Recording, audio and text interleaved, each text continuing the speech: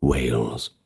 It's long been known as a land of storytellers, folklore, and myth. And proudly so.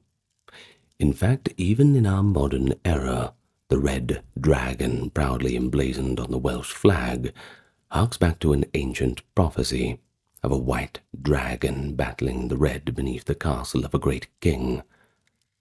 In Welsh lore, every river, every mountain, every lake seems to have an ancient tale attached to it.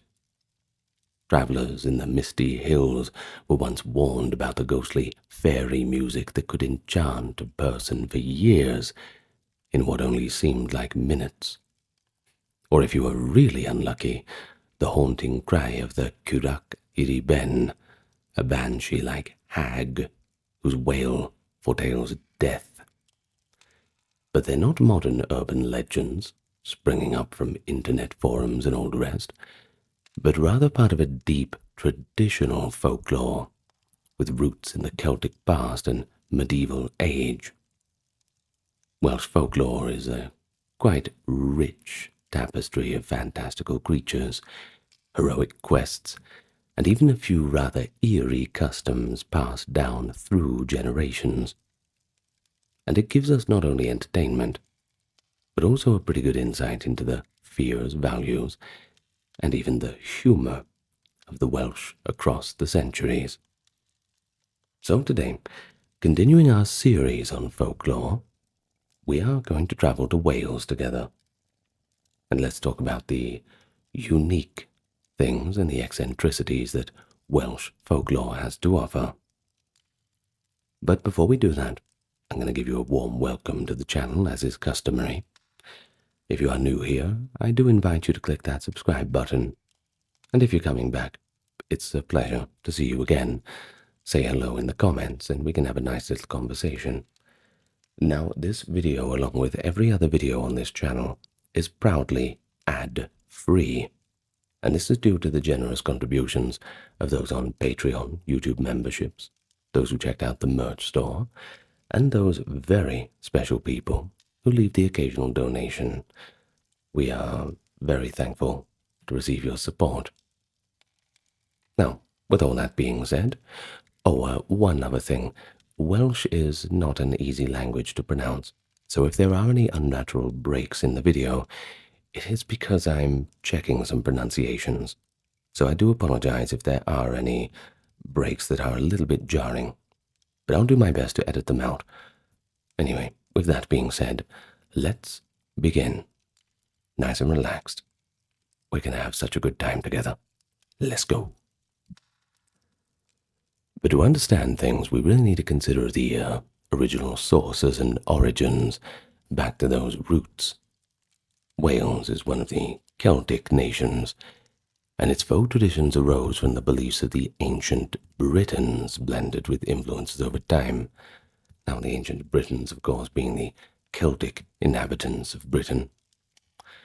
The oldest stratum of Welsh lore likely dates to pre-Christian Celtic mythology, in a time where druids led rituals and spirits of nature populated the landscape. Though unfortunately our knowledge of that era is pretty fragmentary. But by the early Middle Ages, professional poets and storytellers, known as bards, played a crucial role in preserving all of this lore. They performed at courts and villages alike, and they recited tales that mixed myth, history, and a few moral lessons too, ensuring that legend survived even as society was going through its changes. In Wales, the oral tradition remained especially strong. The Welsh language and culture, sheltered by those rugged hills holding on to the ancient memories that elsewhere in Britain were lost, or just put into a new transformative Christian context. You'll know about that if you follow the other videos in this series. Well, the earliest written records of Welsh folklore appear in medieval manuscripts. One of the most important is the collection of tales known as the Mabinogion, compiled in Middle Welsh between the 12th and 13th centuries from earlier oral tales. It's kind of a window into the mythic world of Wales. The tale survived in two major manuscripts, that is the White Book of Llydaech and the Red Book of Hergest, between 1350 and 1400. Eventually they were translated and published in the 19th century by Lady Charlotte Guest, doing that work in 1877. Both books now under the famous title The Mabinogion. But strictly speaking, Mabinogion is a bit of a misnomer. You see, it originated from a scribal error, but in any case it has come to denote 11 medieval Welsh prose stories of diverse types. Within these pages we encounter powerful otherworldly beings, tragic lovers, brave heroes, and even magical artifacts. It really has it all of those old tropes of folklore and mythology, all in the one place, albeit with a Welsh twist. Scholars initially thought these tales were patchwork remnants of Celtic myths, from pagan times of course, and indeed many characters do seem to have older pre-Christian origins. However, modern research shows that they were also having sophisticated narratives shaped by these medieval authors. In any case, we're pretty lucky to have it, and these storytellers took a little bit of ancient tradition with the contemporary medieval culture, and even a touch of French Arthurian romance too to add to the mix. And with those three ingredients they crafted the tales that we're lucky enough to have today. But that's not the only source. Another crucial source of Welsh folklore is the Welsh Dryads, in their tongue the Triod Ynys Prydain. These are short enumerations of lore in groups of three, for example listing 3 unfortunate blows or 3 mighty champions and so on.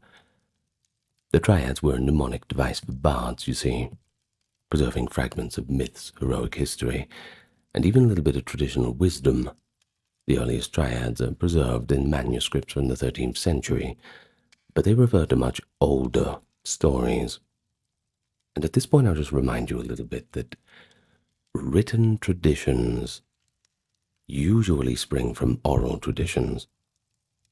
Now, if something's written down, we can assume that as soon as the pen hits the paper that wasn't the first day that it existed, especially when we look in the realms of storytelling, folklore, spirituality, this kind of thing, philosophy. Ideas are usually talked about before they are written about.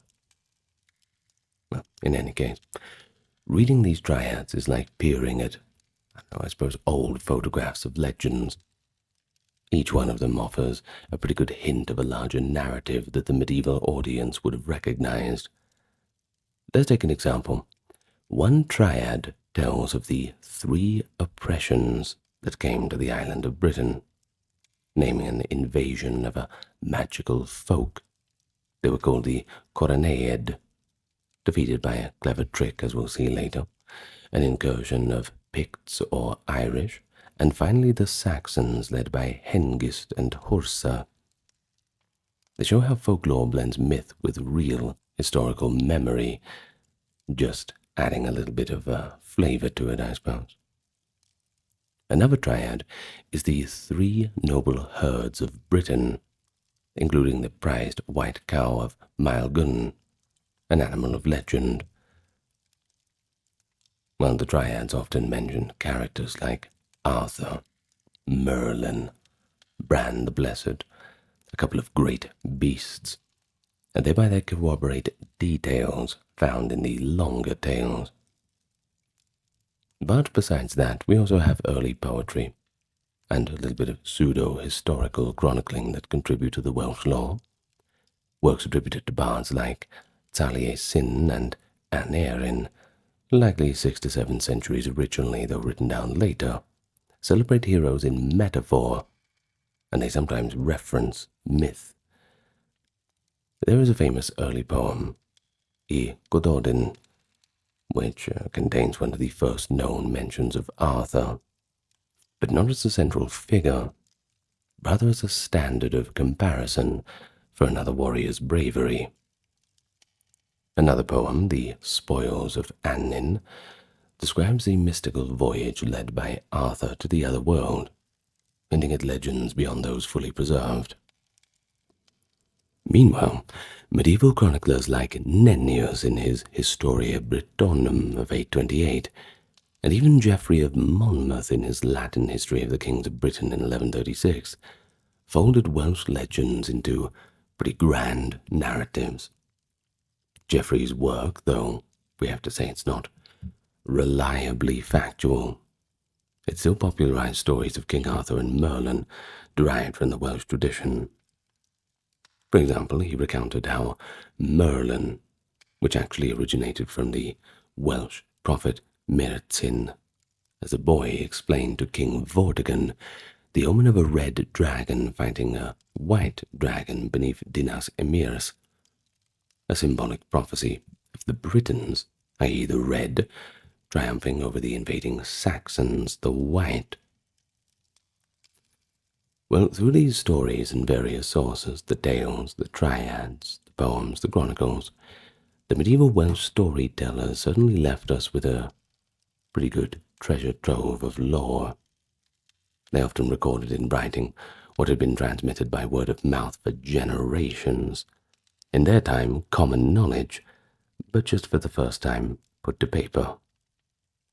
And in doing so, they preserved the old beliefs along with the fantastic imaginings of their ancestors, albeit sometimes Christianizing or moralizing them to suit their times. As thanks to them that we can still study Welsh folklore in detail today, this entire video would not have been possible without those hard-working monks and scribes back in the day. So, thanks to them in the comments, I suppose. And so with their memory in mind, let's go into the stories themselves. And we begin with the mythic heroes and adventures recounted in that quintessential Mabinogion. It is the core of Welsh mythology, enshrined in the four interconnected tales known as the four branches of the Mabinogi. Part of the broader Mabinogion collection, of course, these four branches are medieval prose romances, but their characters and plot elements are rooted in something far, far older. They preserve echoes of the Celtic gods and the heroic age of Britain. They're rich in magic, transformation, philosophical depth, but also full of human drama. From an academic point of view, we might call them mythological cycles, but you could equally think of them as the epic sagas of Wales, just like how we have the epic Norse sagas and all the rest. So let's start. First we have Pwy, Prince of Dyfed, that is the first branch of the Mabinogi. In the story, Prince Pwy of Dyfed has a chance encounter with one named Aron, the otherworldly king of Anwen, Anwen being the Welsh Otherworld, by the way, a land of plenty and mystery.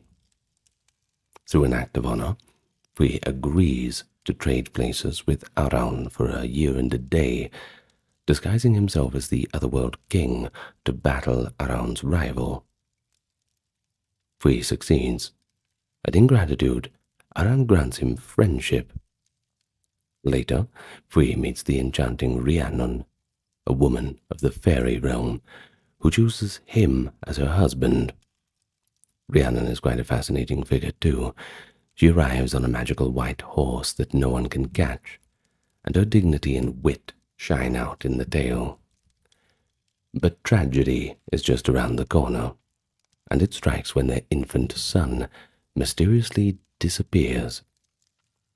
As for Rhiannon, she is falsely accused of harming the child and made to undergo a cruel penance. She must sit at the castle gate for years, telling visitors her crime and offering to carry them on her back like a horse. Even in punishment, her supernatural stamina shows, actually. She never falters in this deed.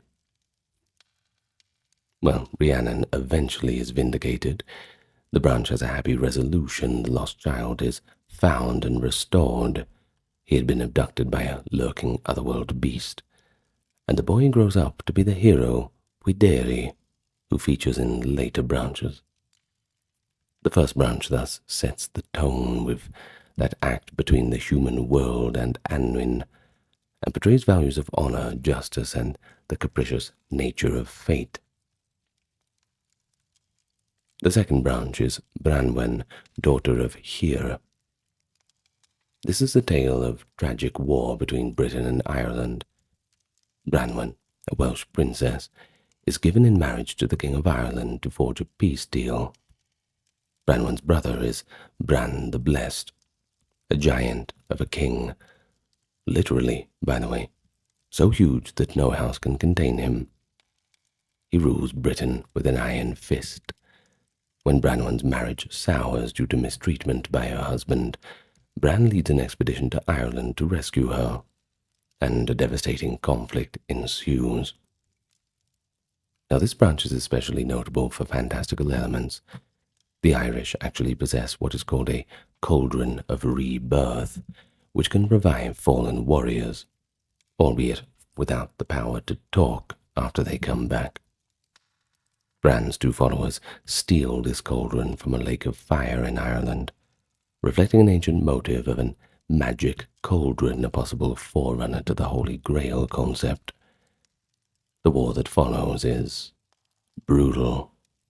Nearly everybody dies, and mortally wounded, the giant king, Bran, orders his men to cut his head off.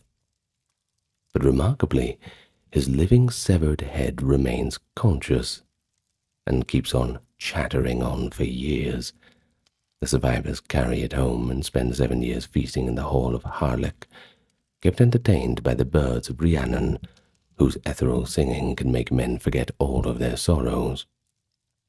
These birds, we learn, sing so sweetly that time actually distorts. And in fact, in Bran's tale, they listen to the bird's song for what feels like a pleasant evening, but it turns out to be years gone by, a scene that later folklore echoes in local fairy legends, especially in Irish folklore. See a bit of that. You can watch the Irish folklore video in the playlist. Well, as for Bran, eventually his enchanted head is buried in London, facing France, by the way, as a talisman to protect Britain from invasion. And so goes the prophecy. And folklore says much later, King Arthur dug up Bran's head, declaring Britain should rely on no magic talisman, but its own strength. A pretty interesting crossover of legends. And so the second branch mixes heroic saga with a bit of mysticism. Branwen's personal tragedy. She dies of grief. It gives it a heart-rending quality amid the mythic grandeur of it.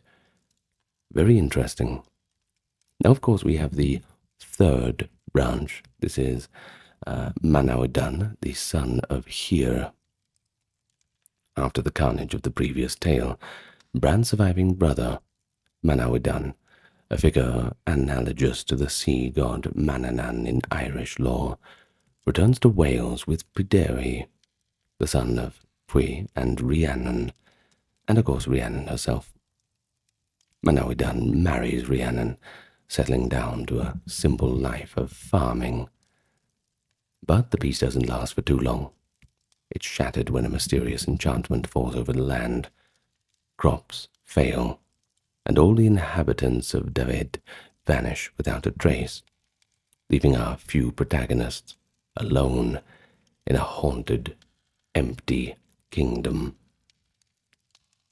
It's pretty eerie, don't you think? An entire population suddenly disappeared. It's a folk mystery that Manawydan must solve, and that's the whole premise of the third branch. So, after a series of adventures, including Manawydan demonstrating great skill as a craftsman in England, an episode where he cleverly captures a group of enchanted mice that were ruining the harvest, the cause of the enchantment is actually revealed. It all ties back to the grudge from the Otherworld.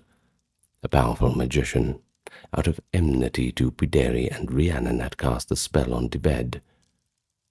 Through patience, wit, and negotiations rather than brute force, Manawydan breaks the curse and restores the land and its people.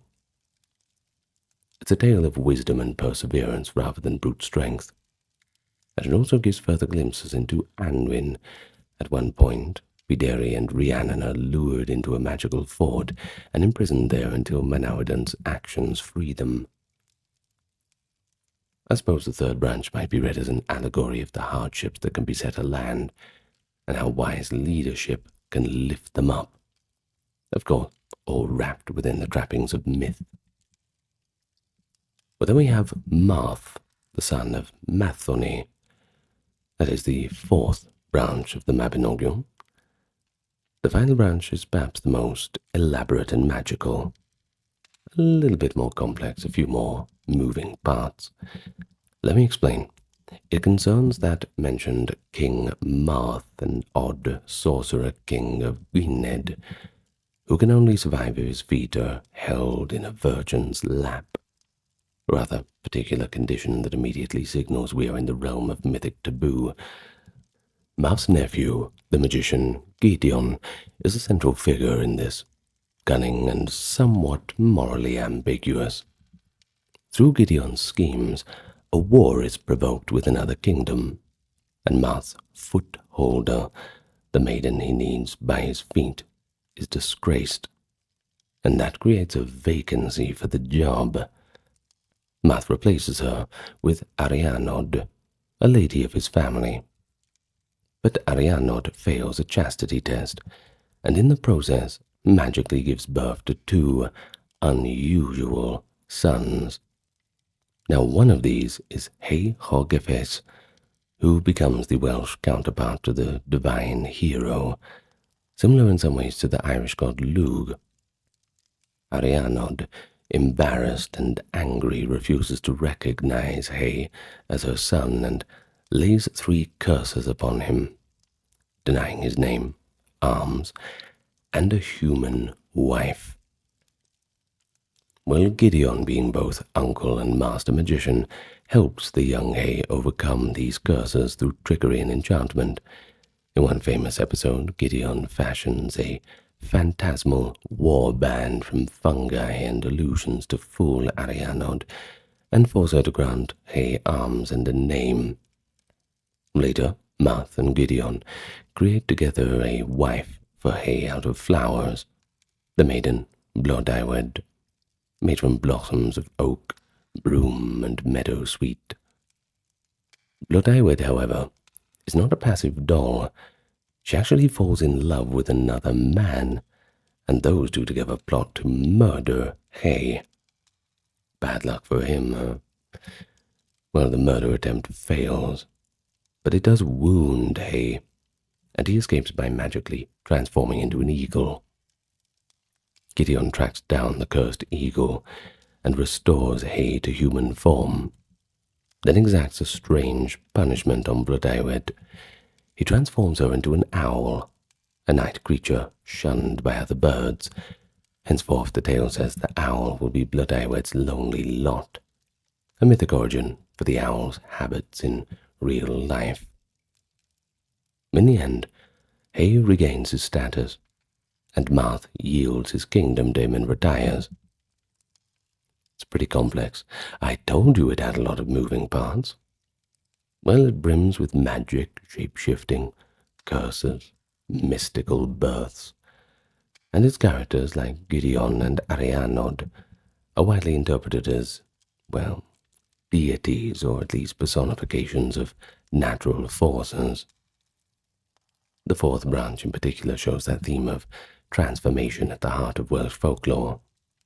Identities shift, people turn into animals and back again, and even flowers can be woven into new forms of life. But let's move beyond the 4 branches. The Mabinogion contains other famous stories that bridge that myth and early legend. One is Culic and Olwen, an exuberant Arthurian-style tale, believed to be one of the oldest Arthurian stories in written form, actually. Comes from circa 1100. It's pretty old. Here King Arthur appears not as the solemn high king of later romances, but as a heroic Welsh warlord with a band of mighty companions at his back. The hero, Culic, is given an impossible task. To win the hand of the giant's daughter, Olwen, he must fulfill a series of, absurdly difficult tasks. Quests that include hunting the monstrous wild boar, Tultroyeth, a boar so huge and so fierce that it ravages the countryside and carries between its ears a set of razors that are needed for the quest. And of course, obtaining a host of magical treasures and helpers too. Just another few side quests for poor old lad. Well, Arthur and his knights, names famous and obscure alike, aid Culic, and together they accomplish what no ordinary man could. The tale is noteworthy for its enormous cast of characters. It reels off dozens of Arthur's men, each with unique attributes, essentially preserving a roster of heroic Welsh figures. It is both a rich folklore catalogue and a playful epic. It mixes a bit of slapstick humour with adventure too. Your homework is to read it, by the way. Well, when Culic finally succeeds and the giant is slain, we're treated to a classic folk tale ending as well. The giant, who had been cursed to die once his daughter is married, has his head cut off, and he's powerless without his head. And as for Culic, he marries Olwen, happily ever after, except for the giant who had his head cut off.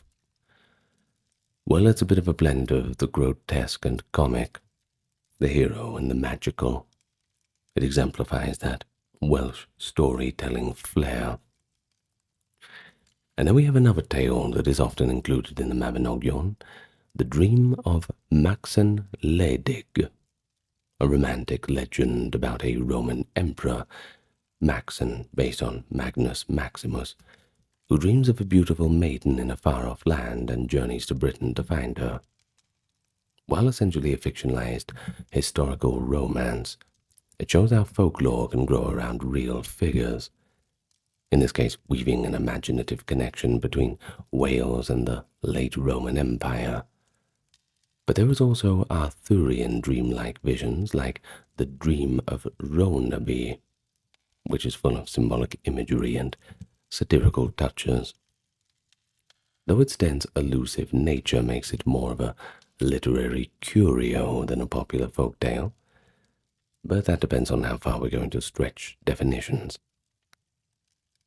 Well, notably too, we have Hede and Trevelys, a short mythic tale dating from older tradition, in which King Hede of Britain, aided by his wise brother Leifilus, rids the land of 3 plagues, one of which involves the aforementioned Coronaid, invaders who could hear every whisper, another involving those battling dragons, because what's a good story without a dragon, right? Well, in the story, Hede buries 2 dragons, one red, one white, at the center of Britain, after intoxicating them with some pretty good mead, that is, honey wine of sorts for people not familiar, thereby ending their destructive combat. It's a tale that ties directly into the later dragon prophecy. While running through all these stories, we certainly have a few recurring motifs that define the folklore of Wales. We got magical cauldrons, reflecting the Celtic reverence for cauldrons as givers of abundance or revival. And then we got shape-shifting and disguise, humans taking on animal form, things like this. We also see strong, formidable women like Rhiannon and Arianod and Blodeuwedd, who are central to the drama, something notable in Welsh narrative. we see that wisdom and cunning often triumph with sheer force fails. Tricksters like Gwydion succeed through their craftiness and cunning. And above all, we see the close proximity of the other world, an invisible realm of deities or fairies, to everyday human life. In these myths, stepping into enchantment is as simple as following a mysterious hound into the woods, or touching a fairy mound on the right night. The world of the Mabinogion is one where the supernatural interweaves with reality, reflecting a worldview, in which magic was part of the fabric of everyday existence, not separate, not together, but just there, waiting to be found. And that's why it's so interesting, don't you think? But before moving on from the mythic heroes, we should also mention the legendary bard Taliesin. Taliesin was a historical 6th century poet. Several early Welsh poems are attributed to him. But in later folklore, he gains a fantastical origin story of sorts. According to a tale recorded much later, and certainly part of folklore by medieval times, Taliesin began life as a boy named Guion Bac. He accidentally tasted 3 drops of magical potion of inspiration that the witch Ceridwen was brewing for her own son, and instantly Guion was granted all knowledge and foresight. Well, but he also earned Ceridwen's wrath for spoiling her plan. You win some, you lose some, I suppose. The child, therefore, decided to flee, too dangerous to stick around, and a thrilling shape-shifting chase ensues. Guion transformed himself into a hare, so Ceridwen became a greyhound. He leapt into the river as a fish, and she followed as an otter. He flew into the air as a bird, and she pursued as a hawk. And finally, in desperation, Guion transformed into a single grain of wheat, whereas Ceridwen turned into a hen, pecked him up from the ground and swallowed him. But here's the problem. The witch soon found herself pregnant, and eventually gave birth to a reborn Guion, now as the infant Taliesin, who was so beautiful and wise that Ceridwen could not bring herself to kill him. So she set him adrift in a leather bag on the river. Sounds familiar, doesn't it? Recurring motives. Where he was eventually rescued by a prince's fisherman. This reborn child grew up to be Taliesin, the greatest bard ever, with a shining brow and a tongue speaking prophecy. In fact, his very name means radiant brow in Welsh. Well, this tale, full of metamorphosis and wit, shows the value placed on poetic inspiration in Celtic culture, an almost sacred gift, acquired through a kind of mystical ordeal. It also shows again how transformation and rebirth are key themes in Welsh folklore. So, the mythic corpus of Welsh folklore, as seen in the Mabinogion and related legends, really is quite a treasure of the medieval world. And I could say it 1,000,000 times how extremely lucky we are to just have these old texts. Extremely lucky. They contain layers of meaning. You can read them as entertaining fairy tales, or even go so far as viewing them as profound allegories of life, death, and rebirth. It's really up to you. Now, as for the academic study of them, well, that certainly reveals patterns shared with other Celtic traditions. You might have seen a few crossovers if you've watched the Ireland video. Well, it also has its own unique features particular to Wales.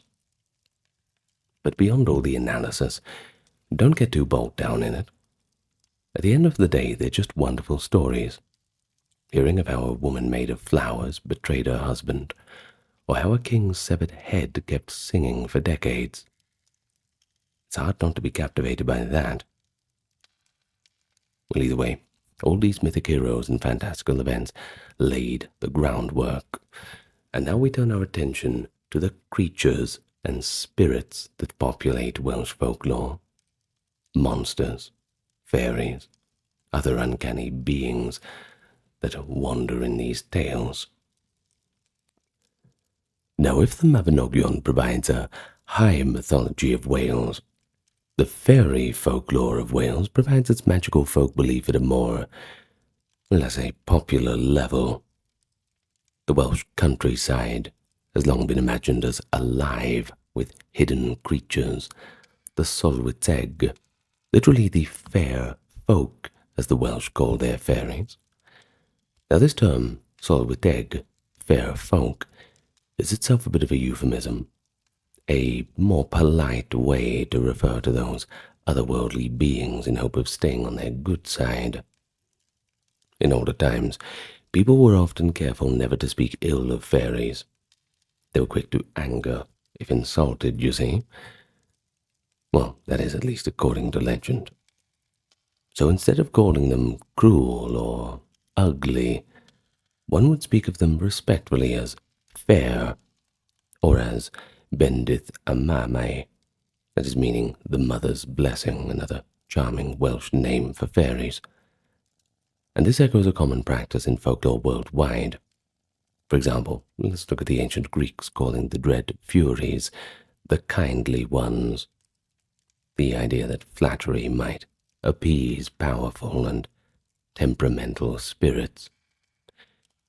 But what exactly are the Solwiteg? In Welsh lore, they're a broad category of supernatural beings who live parallel to humans. They're akin to the fairies of Ireland, or the elves of English lore. Yet, Welsh fairies have their own local types, and their own stories. We can classify them as following. First, we have the Echichon. Yes, Welsh pronunciations, I am doing my best. Tiny woodland fairies, we can call them elves of sorts, playful and elusive. It's said that they haunt the groves and valleys of Wales, feasting on toadstools, which are actually known as fairy food in Wales, and using foxglove flowers as gloves on their little hands. And indeed the Welsh name for foxglove, Menig Echion, literally means elves' gloves. The Echichon are similar to the sprightly pixies or elves found in English folklore. And here's a charming anecdote. One of a farmer named Rowley, who was aided by helpful elves in his work after he showed them kindness, reflecting the common folktale motive of household fairies rewarding a good deed, and yet we see that in Ireland as well.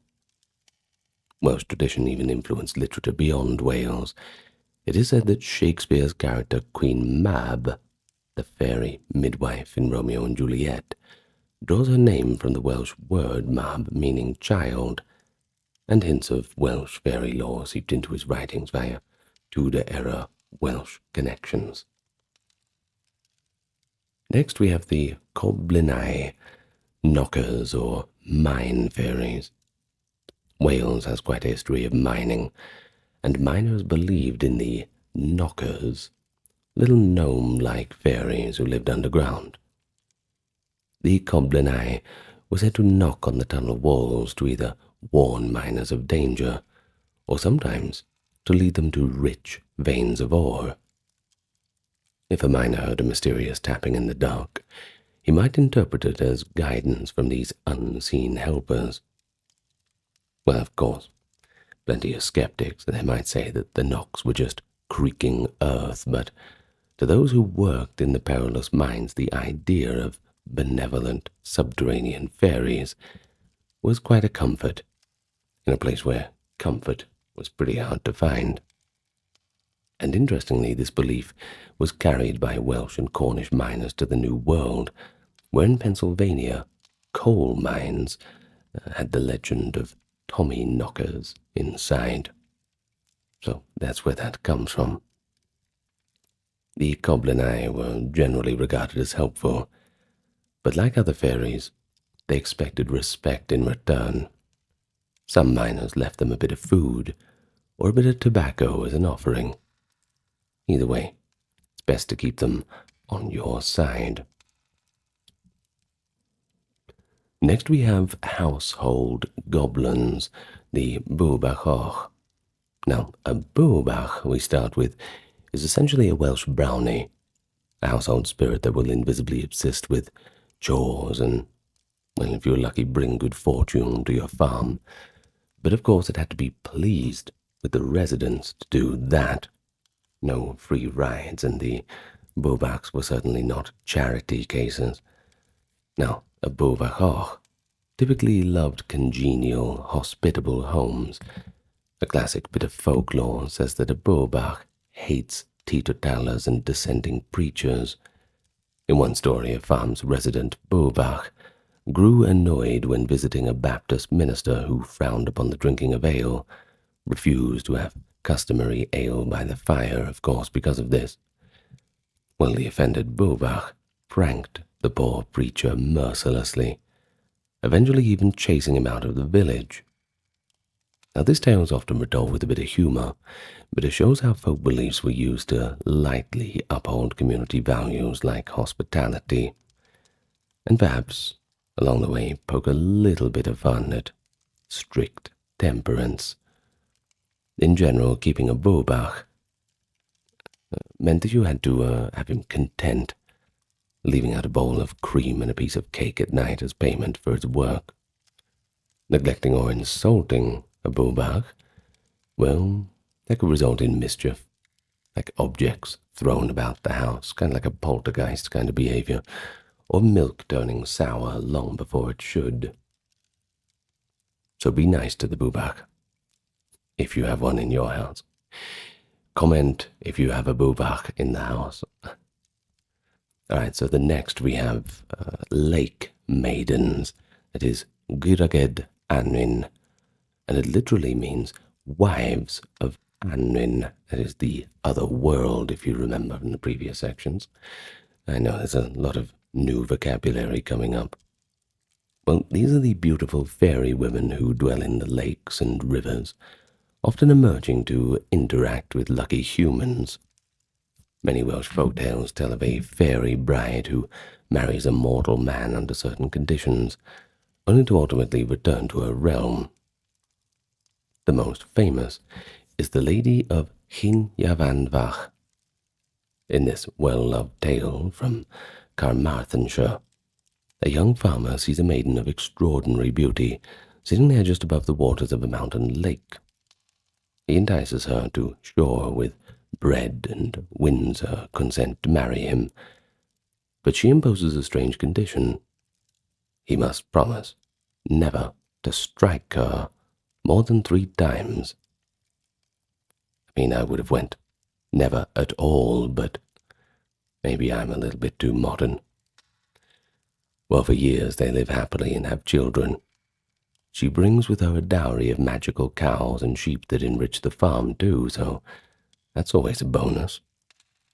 But as time passes, the husband, in innocent situations, happens to tap his wife, and this is interpreted as a blow.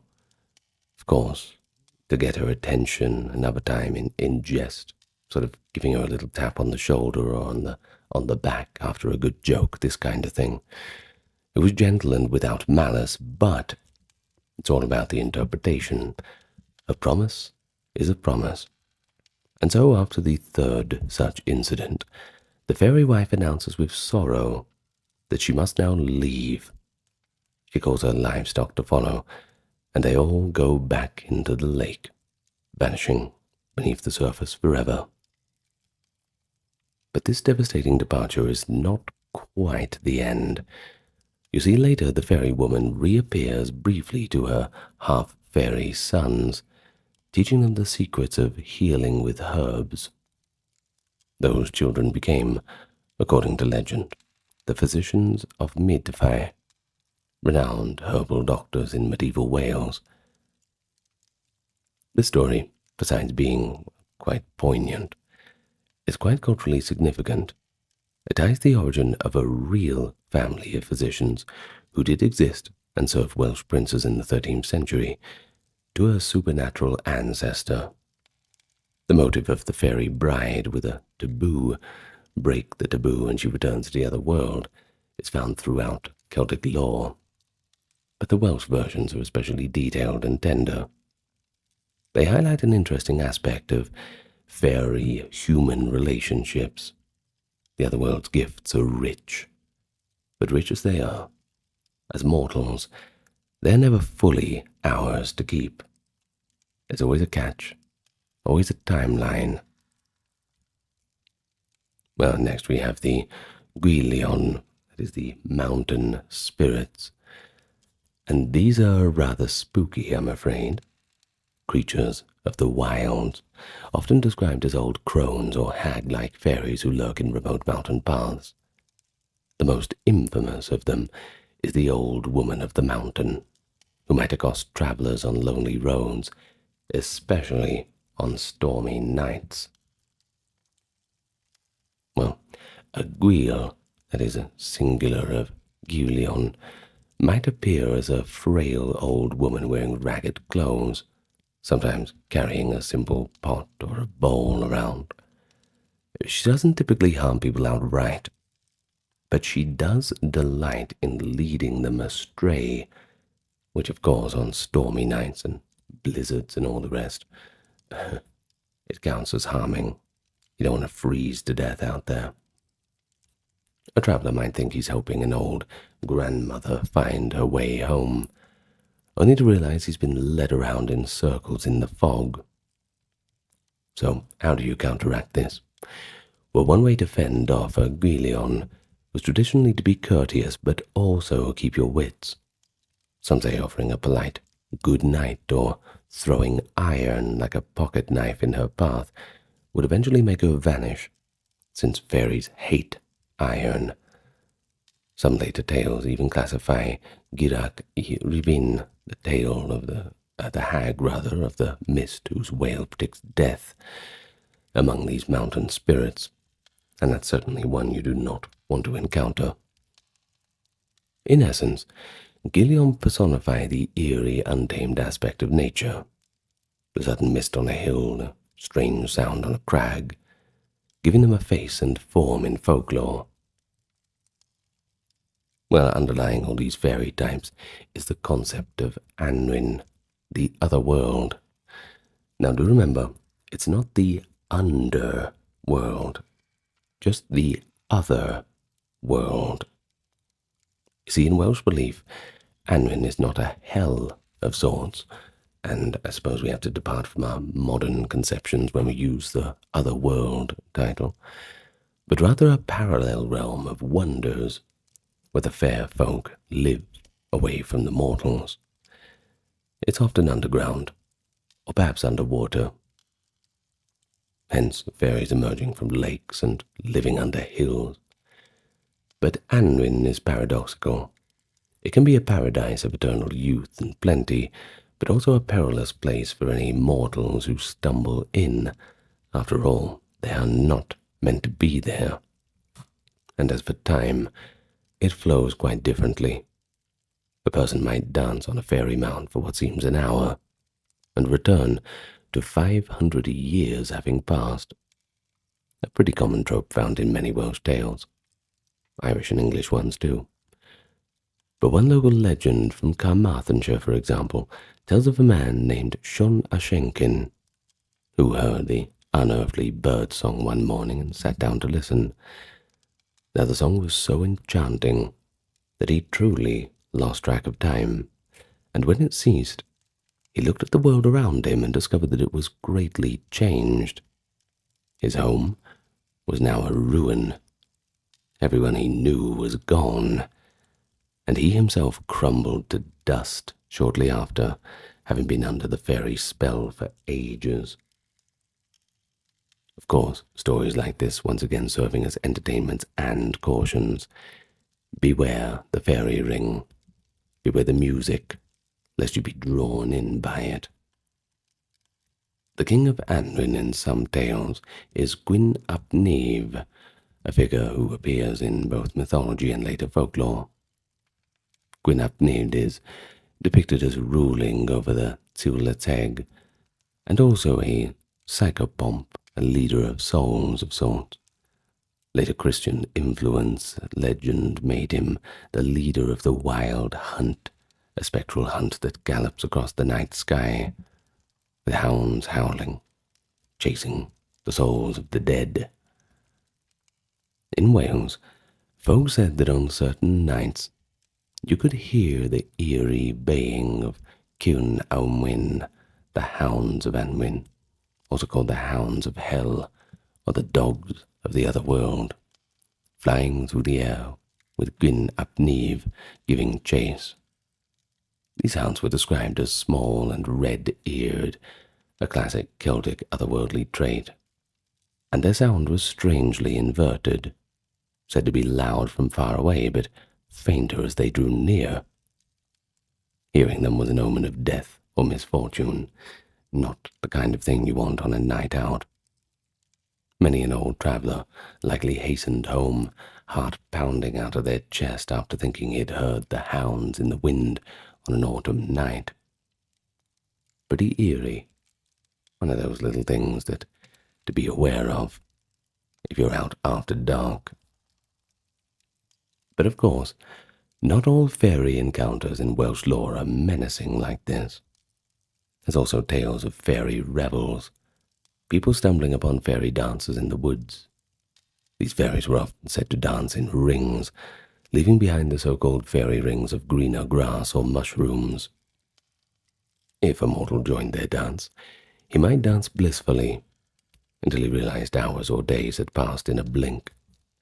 And there is a humorous tale of a fiddler who once provided music for the fair folk in a cave, then returned believing just a short time had elapsed only to find a whole generation gone. But fortunately for him, he had not aged, and he became something of a local curiosity. The motive of a fiddler, or perhaps a harper, is also common, implying that fairies love music, they adore the stuff, and will lure talented humans to play for them, albeit not telling them how much the time was passing. Leave that little detail out. But the fairies in these stories, they're not really evil, aren't they? But rather they exist by their own rules of time and propriety, which mortals transgress at their peril by complete accident. But of course we can't go past Welsh changelings, can't we? And like many European cultures, the Welsh feared that fairies might steal away healthy human babies or young children, leaving behind a sickly changeling in their places. Now, this belief likely arose to explain infant illnesses or developmental issues in an era with no medical knowledge on conditions such as those. Folklore offered its own remedies. If a child was suspected to be a changeling, for example, if it just wouldn't stop crying or failed to grow, or was just looked a little bit weird, desperate parents might resort to tricks to get the fairies to return the real child. One famous Welsh method was the eggshell test. The mother would brew beer or cook food in eggshells in front of the supposed changeling. This bizarre sight would startle the fairy into speaking, revealing its true identity. Thus, well, the fairy would be exposed, and it would go away. Once a changeling spoke beyond normal infant's capacity, the game was up. The legend goes that upon being exposed, the fairy would vanish, or the fairy parents, now caught out, would return the human baby in exchange for their own. In one Welsh tale, after the eggshell trick, the fairy woman appeared angrily to swap back the babies, scolding the human mother, but ultimately restoring her child. Pretty charming and imaginative, I suppose. But it's a little bit dark in reality. They sometimes led to mistreatment of suspected changeling children, But as folklore, they highlight the clever, almost folkloric science that people used, these kind of symbolic acts and riddles to outwit the supernatural beings. Well, through these many legends, we certainly have a vivid picture of how Welsh people of the past related the unseen. Importantly, Welsh folklore doesn't sharply divide fairies from ancient gods. There's a bit of an overlap. Figures like Rhiannon or Aran in the Mabinogion are essentially deities or otherworld rulers, yet later ages remember them dimly as fairies or spirits. The term Celtic covers a broad continuum from high supernatural beings to little pixies, and that reflects the evolution of belief. The old gods of a pagan era often diminished into fairies and legends under Christianity, still respected, but in a similar role. Wales, with its conservative oral culture, preserved these entities perhaps more intimately than elsewhere. Well, in Wales, in terms of folklore, like of most cultures, they got their share of giants, dragons, and other creatures that sparked the imagination. The landscape of Wales, with its towering mountains and those valleys, likely inspired many a legend, while its old fortresses and deep lakes had their own tales of dragons and monsters. So let's go and meet them. There's plenty of them to cover. First, we have the giants. In Welsh legend, giants were often portrayed as the original and mighty inhabitants of the land. Medieval writers like Geoffrey of Monmouth even wrote that when Brutus, that is the legendary Trojan ancestor of the Britons, came to Britain, he found it inhabited by giants, a mythic way of suggesting the island's primordial wilderness. Well, storytelling is certainly full of giants and giant-like characters, sometimes as enemies to be outwitted or slain by heroes, but not every time. There's also a few more complex characters. Now, we already did see one giant in the second branch of Mabinogion, that is Bran the Blessed, the giant king of Britain, who, though benevolent to his people, could stride across the sea. But outside of the Mabinogion, folklore has a little bit more to offer too. Let's start with one famous tale, that of the giant of Rita Gaur, sometimes called Ruda. Rita Gaur was said to have been the fiercest of the Welsh giants, who at one time got it into his head to challenge all of the kings of Britain. And so he went on a bit of a rampage, defeating ruler after ruler, and, most horrifically, cutting off their beards. Well, what did he do with all the beards? This is an interesting detail. He stitched them into a great cloak for himself, known as a symbol of triumph, and perhaps to keep warm on the summit of Snowdon, where he made his lair, not known for its balmy evenings, we'll give it that much. Well, according to legend, there were 28 kings that fell to this giant's strength, and his cloak of beard hair grew even heavier. Emboldened, Rita then sent a demand to King Arthur himself. He insisted that Arthur surrender his own royal beard to add to the collection. Well, of course, Arthur naturally refused, and so the giant marched out to enforce his demand. And so Arthur and the giant met in combat on the slopes of Snowdon.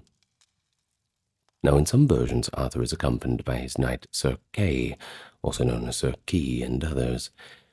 And in other versions, it's just a duel between Arthur and the giant, two solitary warriors, a bit of a David and Goliath sort of thing. But in any case, Arthur emerges the victor. There is one account that describes Arthur hewing Rita Gaur in two with his sword in one fearsome blow. After the battle, Arthur orders the giant to be buried atop the mountain. The Welsh name for Snowdon, Irvidfa, actually means The tomb. Local lore holds that this refers to Rita's cairn. Well, the story of Rita Gard is a wonderfully visual folk tale. Certainly interesting with that grisly cloak, that's for sure. And that little detail of him being cut in half. Can't really go past that. But it is interesting to note that this legend doubles as a place name story. It explains why Snowdon is called the Tomb. A little bit of folklore, a little bit of geography. And then we have another giant, named Idris Gaur. It's said to reside in Caeda Idris, that is Idris's chair, a mountain in Merionid. Idris was reputedly not just a brute, but also a scholar and even a stargazer. The mountain's name suggests it was like a great seat from which Idris observed the heavens. Local legend has it that if you spend a night on Cader Idris, you may end up mad, or a poet, or dead, depending on who tells you the story, presumably due to the giant's lingering presence, or perhaps the enchantments that surround the mountain. We can only use our imagination on which one it is. But this is a bit more folk superstition, I suppose, rather than pure folklore, but it's still quite an interesting story. Well, then there is the tale of Isbadaden Benkar, the chief of the giants, who appears in the Kulik and Olwen story. Isbadaden is truly a formidable giant, that's saying something, but he is also fated to die if his daughter marries. So when Kulik comes courting Olwen, Isbadaden sets him those impossible tasks to delay the inevitable.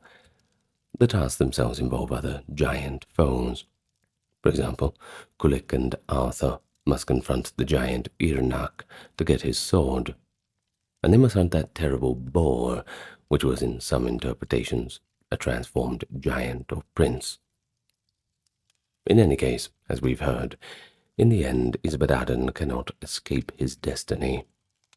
He's killed, quite ironically, by one of his own poisoned spears turned back against him. But before he dies, he has his barber shave off his giant beard, and his daughter Olwen uses the shears to take the last bit from his face. A rather dark comedic moment as the colossal old giant's life ebbs away. Welsh folklore even has local giants associated with specific landmarks. In Glamorgan, for instance, they spoke of a giantess named Penelope, and other places. Stone monoliths or hill formations are sometimes attributed to giants hurling stones or dying and turning into stone. And one folk explanation that's quite humorous, I think, claims that two quarrelsome giants threw clods of earth at each other. Where the earth fell, you have two mountains, and the holes they scooped became lakes. A pretty light-hearted way to explain the landscape through giant myths. Well, let's move on to dragons. And the dragon is, arguably, Wales' most famous mythical creature, thanks to that red dragon on the flag. We have mentioned the archetypal Welsh dragon story comes from the legend of Hud and Leifis, and the expanded version in the Historia Britonum. The conflict of red and white dragons beneath Dinas Emirs. Well, it's kind of an institution in Wales, I suppose. It's on the flag, so we can't really go past it. In that tale, the red dragon's victory prophesies the return of the Britons' strength. This has made the red dragon a symbol of Welsh pride and resistance. Red for native Britons, later identified as Welsh, and white for the invading Saxons, perhaps nowadays used for anyone who would invade, just outsiders. The white dragon coming to fight the red. And the fact that this legend was later woven into Merlin's prophecies gave it an enormous diffusion in the Middle Ages.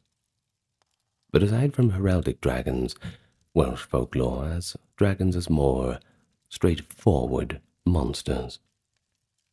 Now in Welsh, a dragon is known as a draig, in a mutable form also rhaeg, and sometimes the word could be used to mean a fierce leader or warrior.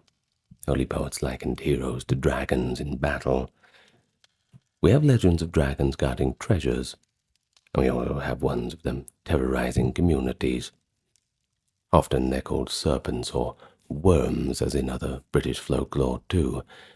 And one story from North Wales tells of a dragon that lived in a cave on Irwydfa, that is, Snowdon, which we have mentioned, terrorizing the region until a brave warrior slew it after a hard fight.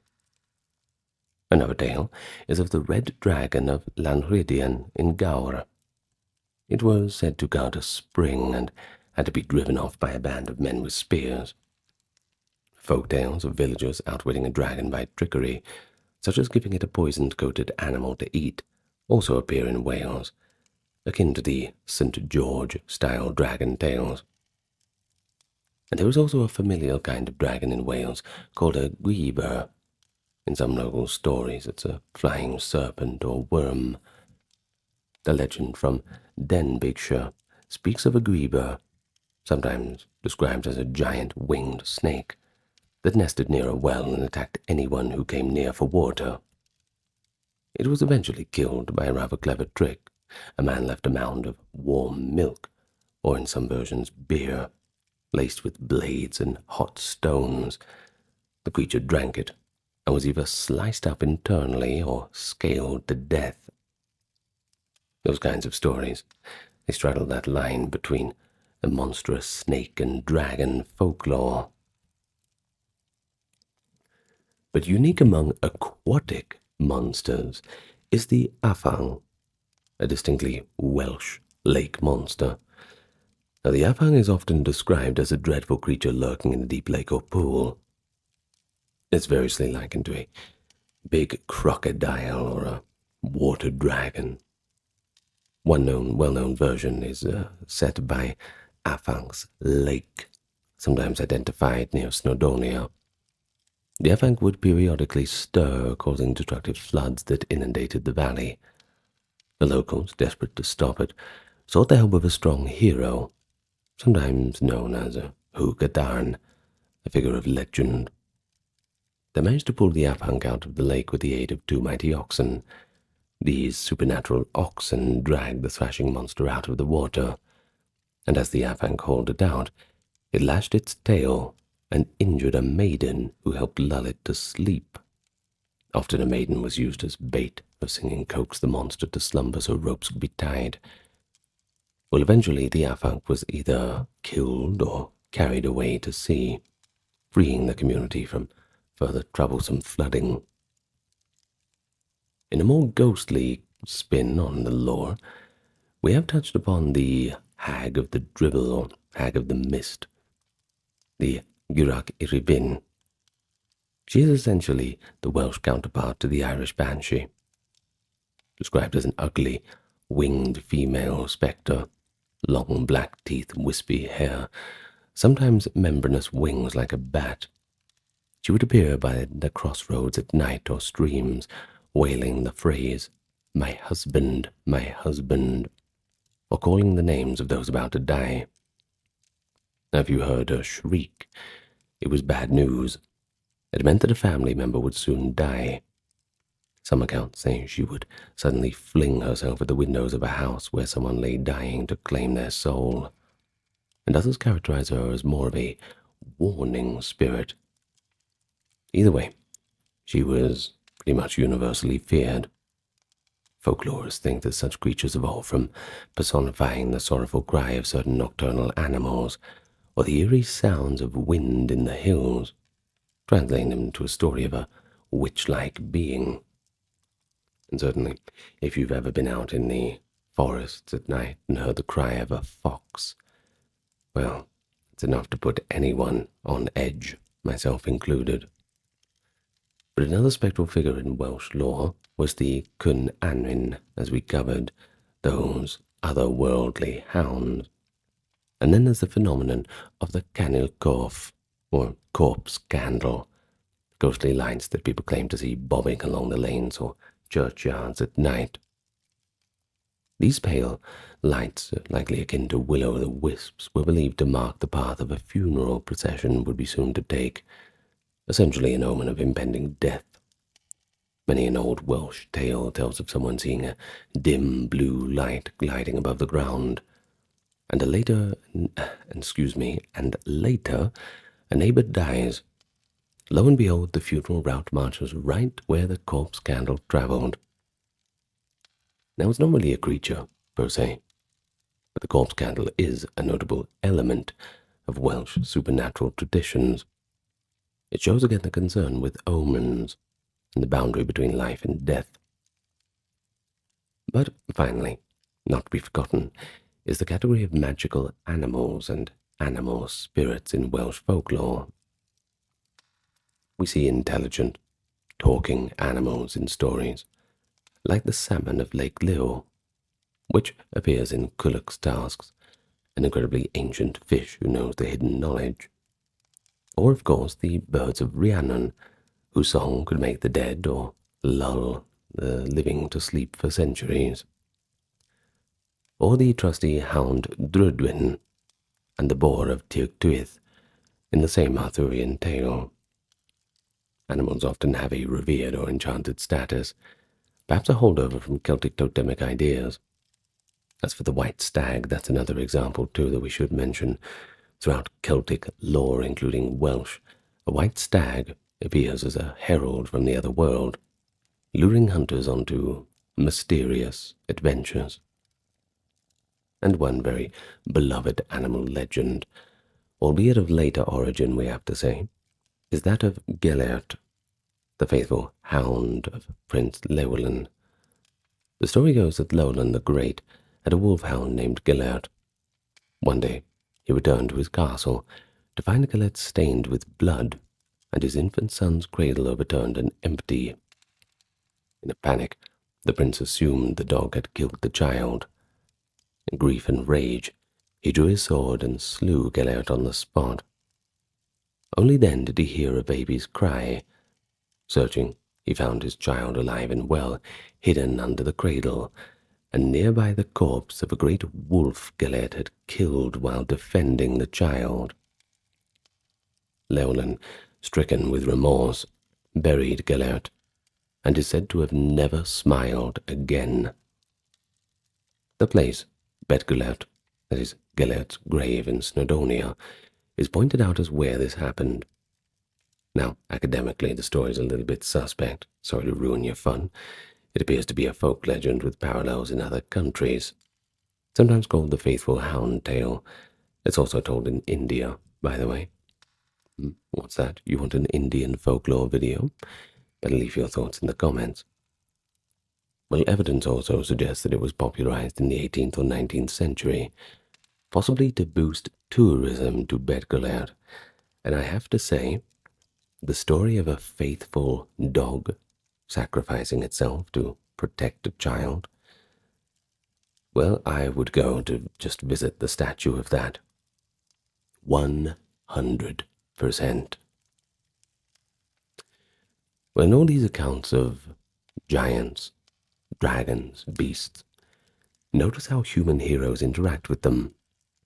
Arthur slicing giants in half, villagers scheming to outwit dragons, maidens taming monsters with their songs, and even farmers appeasing or confronting these spooky old hags.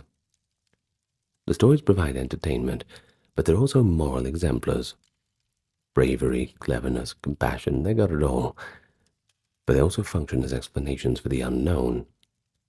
They were likely swapped on long winter nights or while community members labored together. After all, they got to have some sort of excitement in daily life, even if it's just a bit of fun. And here we are, from those heights of the mythic battles and the enchantments to the homespun wisdom of those peasant superstitions. Welsh folklore sure is something to marvel at, isn't it? Well, it's got everything. It's got high heroic mythology.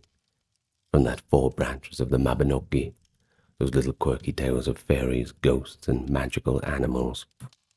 I think we can imagine that people in those earlier times, without all the comforts that we have now, well, they really would have delighted in telling these stories, perhaps even at some points getting a little bit too far ahead of themselves and treating them as something to really be feared. But you can't help notice the cultural values that shine through. The importance of music and poetry, for instance, that's a running thread. Magical birds singing the dead to life. Then got the gaining of wisdom through a cauldron of inspiration. Bards as those keepers of memory. Well, I think we've definitely had a good time together today. And I hope you've learned a lot. And I hope my Welsh pronunciation was okay. You know, I just consult Google Translate for it at the moment. I was told that that would be okay.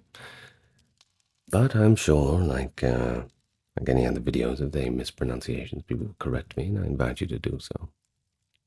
Now, let's read off those top-tier patrons and supporters, shall we? Kimberly, Christine, Sally, Ember, Susan, Cameron, Gary, Charlene, Lynn Therese, Katiana, Nicholas, Ulfednir, Alexander, Charles, Dr. Neuronerd, Erin, Jaden, Jim, Jeffrey, Jessica, Madeline, Melissa, Orthodox Review, Scott, Shell, Wendy, Josie, Sarah, Ryan, Thor, Cameron, Stefan, Kevin, HMSHH, Crystal, Talbury, Anthony, Lucy, Brandon, Gugu Bubonic, Nicholas, Craig, Neftis, Alexander, Gokhan, Dorsey, Benita, Claire, Courtesy, Carol, Robert, Mary, Bridget, Nefertari, Yvette, Miss Mochi, 11, Allison, Free American, Jennifer, Brittany, and David. Thank you so much. Okay, well, I hope you're enjoying the series on folklore. And, yeah, I'm just going to keep doing them, I suppose. If you're enjoying them, you best let me know. Tell me what country's folklore you want to hear of. Because, yes, it's a little bit outside the realm of history, but frankly, just between you and me, I don't care. Good night, everyone. Lots of love to you all, as always. Look after each other, drink plenty of water, and I wish you peaceful dreams. Good night. Farewell for now.